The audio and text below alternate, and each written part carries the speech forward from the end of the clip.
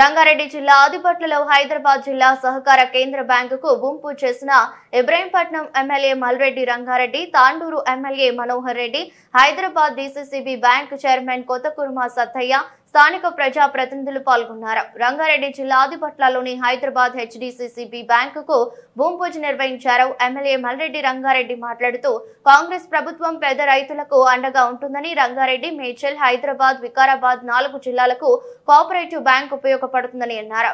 ఇది పేదల ప్రభుత్వమని, రైతులందరికీ 2 లక్షల వరకు రుణమాఫీ చేసిన ఘనత రేవంత్ రెడ్డికి దక్కిందని అన్నారు. తెలంగాణలోని ఆదిపట్లి మోడల్ గా నిలుస్తుందని, రైతు లేనిదే రాజ్యం లేదని, 4 జిల్లాలకు ఉపయోగపడే కోఆపరేటివ్ బ్యాంక్ ఆదిపట్లలో రావటం రంగారెడ్డి జిల్లాకు అదృష్టమని ఎమ్మెల్యే మల్రెడ్డి రంగారెడ్డి అన్నారు.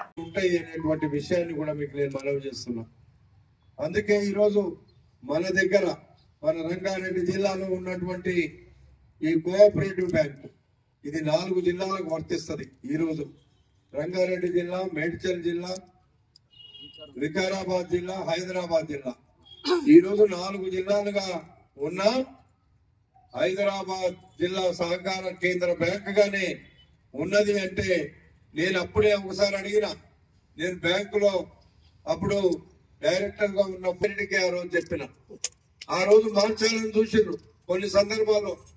ఇప్పుడు కూడా మన పోలీస్ స్టేషన్లలో సైబరాబాద్ అని ఉంటే రంగారెడ్డి జిల్లా సైబరాబాద్ అని పెట్టాలని చెప్పి మన జిల్లా గౌరవం కోసం చెప్పడం జరిగిందని చెప్పి సందర్భంగా మనం చేస్తున్నాం. మేము అప్పుడప్పుడు కొన్ని పనులు కాకపోతుండొచ్చు, కానీ మాకు తెలుసు రంగారెడ్డి జిల్లాకు ఉండేటువంటి ప్రాముఖ్యత, మన జిల్లాకు ఉండేటువంటి అవసరాలు, మన జిల్లాకు కావలసినటువంటి వసతులను ఎప్పటికప్పుడు మేము లేవనెత్తుతూనే ఉంటాం. ప్రత్యేకంగా కాంగ్రెస్ పార్టీ అంటే రైతాంగానికి గుండెల్లో పెట్టుకునే పార్టీ. రైతాంగానికి భారతదేశంలోనే 32,000 కోట్ల రూపాయల రుణమాఫీ చేసింది అంటే ఒక్క కాంగ్రెస్ పార్టీ వల్ల, రేవంత్ రెడ్డి ముఖ్యమంత్రి వల్ల, కాంగ్రెస్ ప్రభుత్వం వల్ల అయింది తప్ప ఎవరు కూడా చేయలేకపోతారని చెప్పి అందరికీ బాగా వస్తుంది. ఈ రైతులకు అవసరం వస్తుందని నేను నిన్ననే మార్కెట్ కమిటీ చైర్మన్ గురునాథ్ రెడ్డికి చెప్పిన, అన్న నేను మడిగలు కడతా అని చెప్పిండు.